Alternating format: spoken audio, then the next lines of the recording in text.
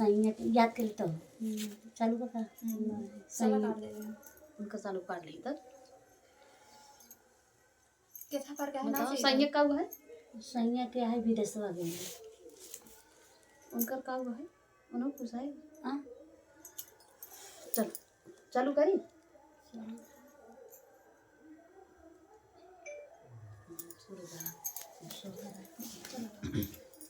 आजू के रातिया मोर माई बनाए नाना दो वाहिनिया बनाए नाना दो बार दिया हराए नाना दो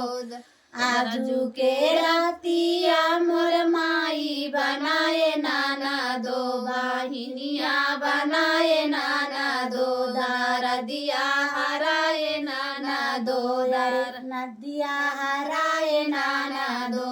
अरे ससुरु के बायलवा तोरे घरवा देवैये नाना दो अरे ससुरु के बायलवा तोरे घरवा देवैये नाना दो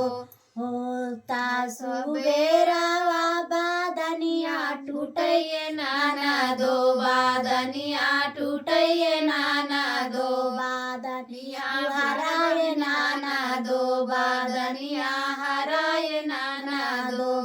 होता सुबेरावा होरी लवा भैले नाना दो होरी लवा भैले नाना दो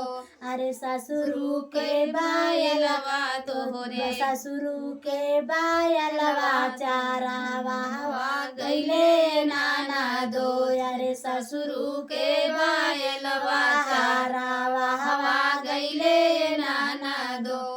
आजू के रातिया तू माई बनाए नाना दो वाहिनिया बनाए नाना दो दा दिया हराए नाना दो दार दिया हराए नाना दो अरे जेठवा के माँ कुटवा तो के कचेहरी आई गई जेठवा के माँ कुटवा तो के नेगवा देवैये नाना दो अरे नेगवा देवैये नाना दो आजू के रातिया तू माई बनाए नाना दो वाहिनिया बनाए नाना दो बार दिया हराए नाना दो अरे जेठवा के माँ कुटवा का चाहेरिया गईले नाना दो अरे जेठवा के माँ कुटवा का चाहेरिया गईले नाना दो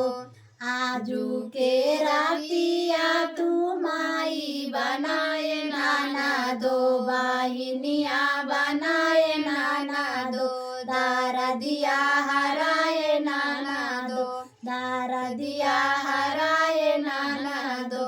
अरे जेठवा के माँ बुटवा का चाहरिया गईले नाना दो अरे जेठवा के माँ कुटवा का चाहरिया गईले नाना दो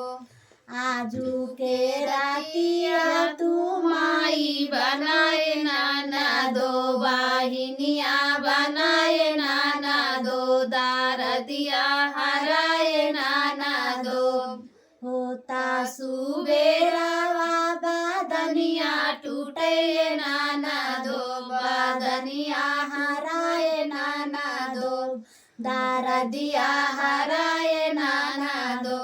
होता सुबेरावा होरी लवा जन्मये नाना दो होरी लवा जन्मये नाना दो अरे देवरा के अंगूठिया तो काने गवा देवैये नाना दो अरे जगवा देवैये अंगूठिया तो केने गवा देवैये नाना दो देवरू के अंगूठिया इस कुलवा गईले नाना दो इस कुलवा गईले नाना दो आजू के रातिया तू माई बनाए नाना दो वाहिनिया बनाए नाना दो दार दिया हराए नाना दो कामरिया टूटे नाना दो दार दिया हराए नाना दो